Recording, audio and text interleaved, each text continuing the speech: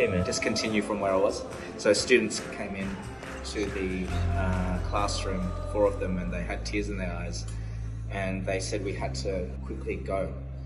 And I thought it was a fire because they didn't knock on the door, they just ran in, and it seemed like an emergency.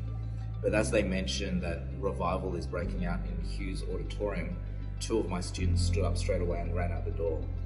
Personally, I've been, many of us have been praying for revival for many years. And when I heard that, there was a little bit of surprise, but also I wasn't sure whether it was real. So I decided to finish off that last slide that I was teaching to an extra 2 minutes, and after that I dismissed the class at 1:30, earlier than usual, to ask them all to go to the chapel to see what was happening. As soon as I dismissed the class, 2-3 more students just jumped up the seats and ran down. Wow. So I was one of the earlier ones to go there. I went there at 1:30 in the afternoon on Wednesday, and when I went into Hughes Auditorium, there was probably about 50 to 80 people there. Not big, but very, very passionate, very fervent.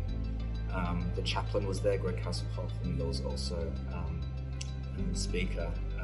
But apart from that, it was mainly the students. And you could just tell that there was a thickness to the air. People were very, very passionate for the Lord, and there was a lot of confession and worship. There was no projector or screen. There was no drums. There was no electric guitar. There was one person playing an acoustic guitar, very bare bones. Yet the spirit in the room was so heavy, and it was very, very, very, very touching. Some people have asked about signs and wonders. I can be honest and say I really believe they were. They're things I've heard about that were quite miraculous. But you know what is so unusual about this move of God that has occurred is that despite those signs and wonders occurring, the thing that I've been more overwhelmed by is seeing people come together and worship in unity. And the love and the rawness of what has been presented to them. For me and many others that I know on campus, that has been the even more powerful thing, that people haven't even been talking about the other things that we have seen.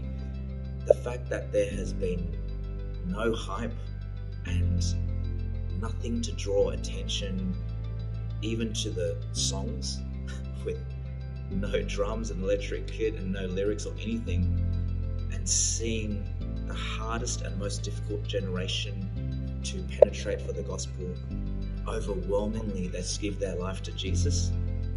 That has been so powerful that some of the amazing things we've seen, they don't even match in comparison. I have heard stories of healing. I have heard stories of amazing chains being broken, of reconciliation for relationships that were dead. We've seen those miraculous things happen. But when I look back and step back at it all and see how God has done this through a generation that has been deemed lost, that has been the most overwhelming thing of all. And right now we are seeing the Generation Z, I believe all around the world, finally have an identity, not in social media, not on anything that culture is telling them, but now on Christ.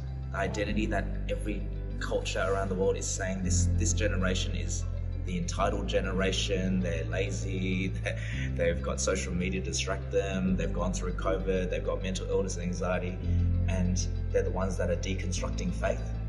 And he chooses this one to pour his spirit on. That has been the greatest miracle, I think.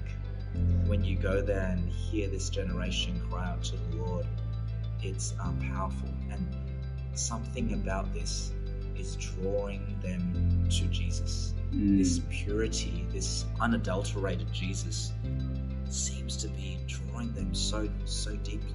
All I can say, it's been very powerful to witness that.